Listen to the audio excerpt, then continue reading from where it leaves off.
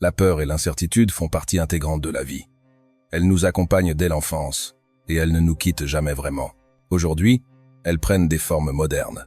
Peur de l'échec, peur du jugement, peur de l'avenir, incertitude professionnelle, sentiment de ne pas être à la hauteur ou de manquer de temps. Pourtant, il y a 2000 ans, les stoïciens faisaient face aux mêmes tourments humains.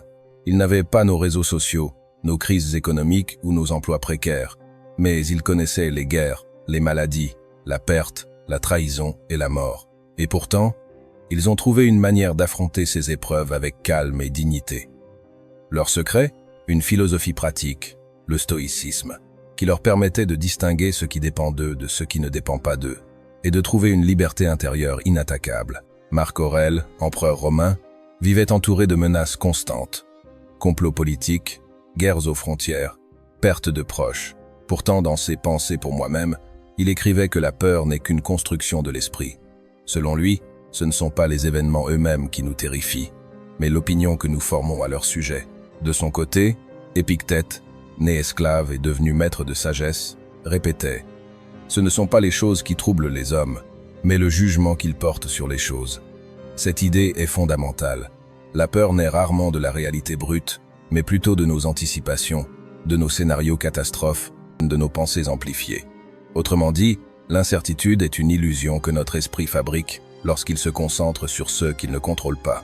Alors, comment faire face à cette peur qui nous paralyse? Les stoïciens avaient plusieurs exercices. Le premier consistait à visualiser le pire scénario possible. Cela peut sembler contre-intuitif, car aujourd'hui on nous répète qu'il faut penser positif, se concentrer uniquement sur le meilleur. Pourtant, Marc Aurèle et Sénèque encourageaient l'inverse. Imaginer lucidement ce qui pourrait arriver de pire, pour se rendre compte que ce pire n'est pas si insurmontable. Perdre une opportunité, on peut recommencer. Être critiqué? La critique ne touche que si tu lui donnes de l'importance. Même la mort, qui semble être la plus grande peur de l'homme, était envisagée comme une simple transition, un retour à la nature, et non une tragédie. En se préparant au pire, l'esprit devient plus fort, plus résilient, et les événements réels paraissent souvent bien moins terribles que ceux que l'imagination avait fabriqués. Un autre exercice stoïcien consiste à revenir constamment à la distinction entre ce qui dépend de toi et ce qui ne dépend pas de toi. Cette idée est la colonne vertébrale du stoïcisme. Tu ne contrôles pas la météo, les décisions de ton patron, l'opinion des autres, les aléas de l'économie, les accidents de la vie. Mais tu contrôles toujours ton jugement, ta réaction, ton attitude et tes choix. C'est un rappel puissant. La peur vient presque toujours de ce que nous tentons de contrôler, alors que cela nous échappe. Dès que tu recentres ton énergie sur tes propres actions, sur ton propre caractère, l'incertitude devient moins lourde. Tu n'as pas à savoir ce que demain réserve. Tu as simplement à faire de ton mieux aujourd'hui. Les stoïciens invitaient aussi à cultiver la gratitude, même dans l'adversité. Sénèque écrivait que « ce n'est pas la pauvreté qui effraie, mais la peur de la pauvreté ». Être reconnaissant pour ce que tu possèdes déjà réduit l'angoisse de perdre. Si tu apprécies réellement les petites choses, ta santé, ton souffle, ton repas du jour, un sourire échangé, tu comprends que l'incertitude de demain ne peut pas effacer la richesse du présent. La gratitude devient un antidote direct à la peur. Mais comment appliquer cela dans notre vie moderne? Prenons un exemple concret. Tu perds ton emploi et tu ne sais pas de quoi demain sera fait. La réaction normale est la panique, l'angoisse, la peur du vide. Mais la perspective stoïcienne te dit « Concentre-toi sur ce que tu peux contrôler. Tu ne peux pas changer la décision qui a été prise, mais tu peux préparer ton CV, contacter ton réseau, développer de nouvelles compétences. Tu peux décider de la manière dont tu réagis à cette épreuve. Tu peux même l'utiliser comme une opportunité pour réorienter ta vie. La peur devient alors un signal. Elle ne te paralyse pas, elle te pousse à l'action. Un autre exemple, la peur du jugement. Aujourd'hui, avec les réseaux sociaux, l'opinion des autres pèse plus que jamais. On craint de ne pas être aimé, de ne pas avoir assez de likes, de ne pas être validé par le regard extérieur. Les stoïciens rappelleraient que l'opinion d'autrui ne dépend pas de toi.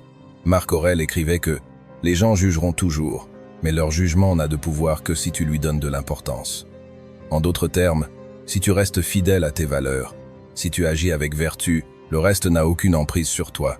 Tu deviens invulnérable aux critiques comme aux flatteries. La peur de l'avenir, elle aussi, est une constante. Nous passons des heures à imaginer ce qui pourrait arriver demain, dans un mois, dans 10 ans. Les stoïciens conseillaient de revenir au présent. Le futur n'existe pas encore. Il n'est qu'une projection. Le seul moment réel est maintenant. Si tu apprends à habiter pleinement le présent, tu n'as plus à craindre le futur. Tu n'as qu'à agir aujourd'hui de la meilleure façon possible, et demain se construira de lui-même. Bien sûr, cela ne signifie pas qu'il faut ignorer ses émotions ou nier la peur. Les stoïciens ne disaient pas qu'il faut devenir insensible comme une pierre. Au contraire, ils savaient que la peur fait partie de la nature humaine. Mais ils nous rappelaient que nous ne sommes pas esclaves de cette émotion. Nous pouvons l'observer, l'accueillir, et ensuite choisir notre réponse. C'est en cela que réside la véritable liberté. Ne pas être prisonnier de ses sensations, mais garder la maîtrise de son esprit. Finalement, la peur et l'incertitude ne disparaîtront jamais, mais tu peux apprendre à les apprivoiser. Visualise le pire pour relativiser, distingue toujours ce qui dépend de toi de ce qui ne dépend pas de toi, pratique la gratitude pour ce que tu as, et concentre-toi sur le présent. Voilà les armes des stoïciens. Avec elles, tu deviens inattaquable. Les épreuves de la vie ne te brisent plus, elles t'enseignent. L'incertitude ne t'écrase plus, elle devient un terrain d'entraînement pour ta force intérieure. Aujourd'hui, demande-toi, de quoi ai-je vraiment peur? Quelle incertitude me bloque? Et surtout, qu'est-ce qui dépend de moi dans cette situation? La réponse à ces questions peut transformer ton regard. La peur cessera d'être un mur, pour devenir un miroir qui reflète tes priorités et tes choix. Comme le disait Marc Aurèle, si tu es affligé par une chose extérieure, ce n'est pas elle qui te trouble, mais ton jugement, et il est en ton pouvoir de l'effacer. Alors, prends une décision. Au lieu de fuir la peur, utilise-la pour grandir.